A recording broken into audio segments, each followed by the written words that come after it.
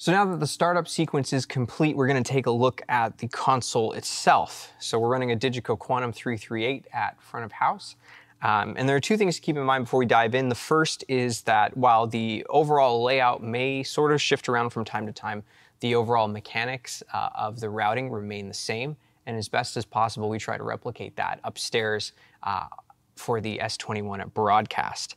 The second thing is I'll be playing some virtual soundcheck examples so you can hear what we're doing as we go along.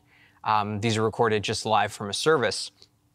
Keep in mind that they're coming through headphones and not the PA, so things may sound slightly off, but again, keep in mind that that's mixed for the PA and not specifically for headphones.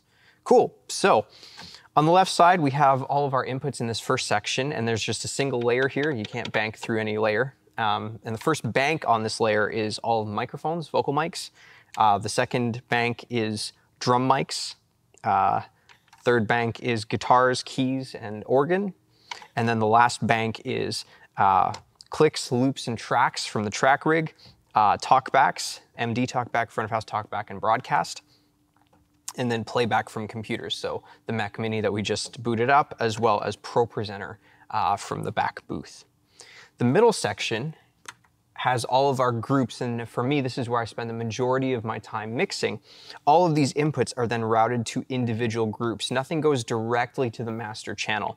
So once you've pushed everything up in your inputs, they also have to be pushed up in your groups. So we have kick, snare, toms, and metals. Those are all various components of the drums that are grouped separately and processed separately.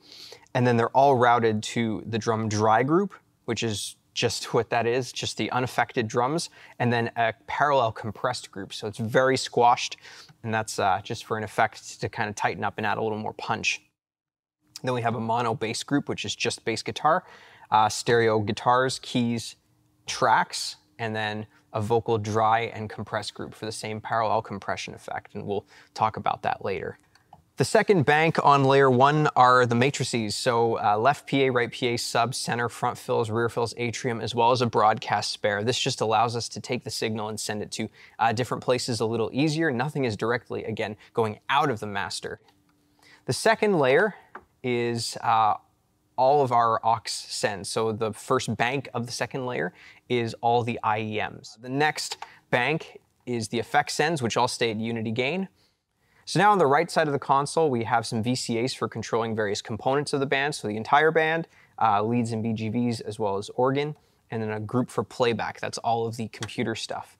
And then on the second bank of layer one, we have control groups for all of our effects: snare reverb, drum reverb, instrument reverb, guitar reverb, vocal reverb, and vocal delay.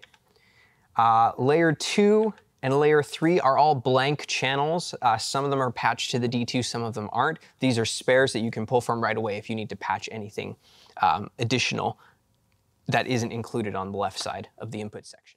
All right, so before we dig into routing and figuring out how to get some sound through, let's take a look at the channel strip. So on our inputs, the channel strip is expandable. All you have to do is tap a section and it will expand either the view or more advanced features.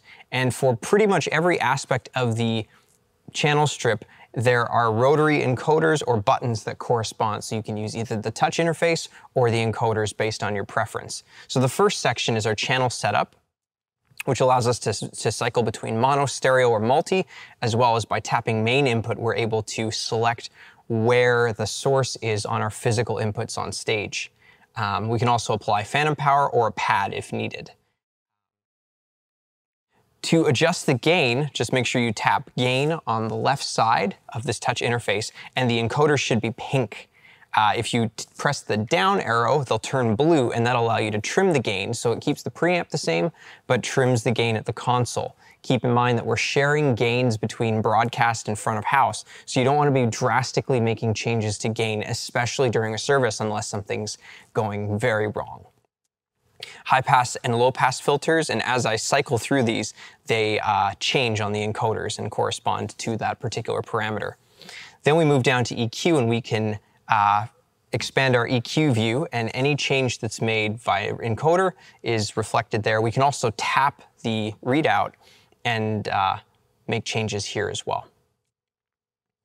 Then we move down to our compressor making sure that it's first engaged, and the gate, same thing, making sure that it's engaged, and the encoders mirror all the parameters that you can adjust, like threshold, attack, release, ratio, and makeup gain.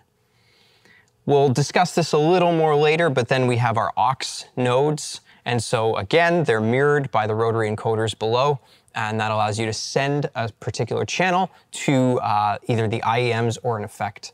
And we'll discuss that a little later.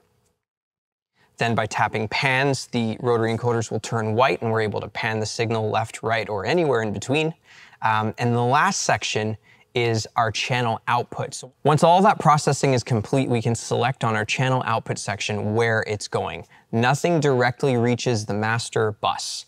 Everything goes through a group. So in the case of this microphone, it's going to the vocal dry group and the vocal compress group for parallel compression. And we can see this, it's filed under stereo, vocal dry, and vocal compressed. We can also have direct outs if needed.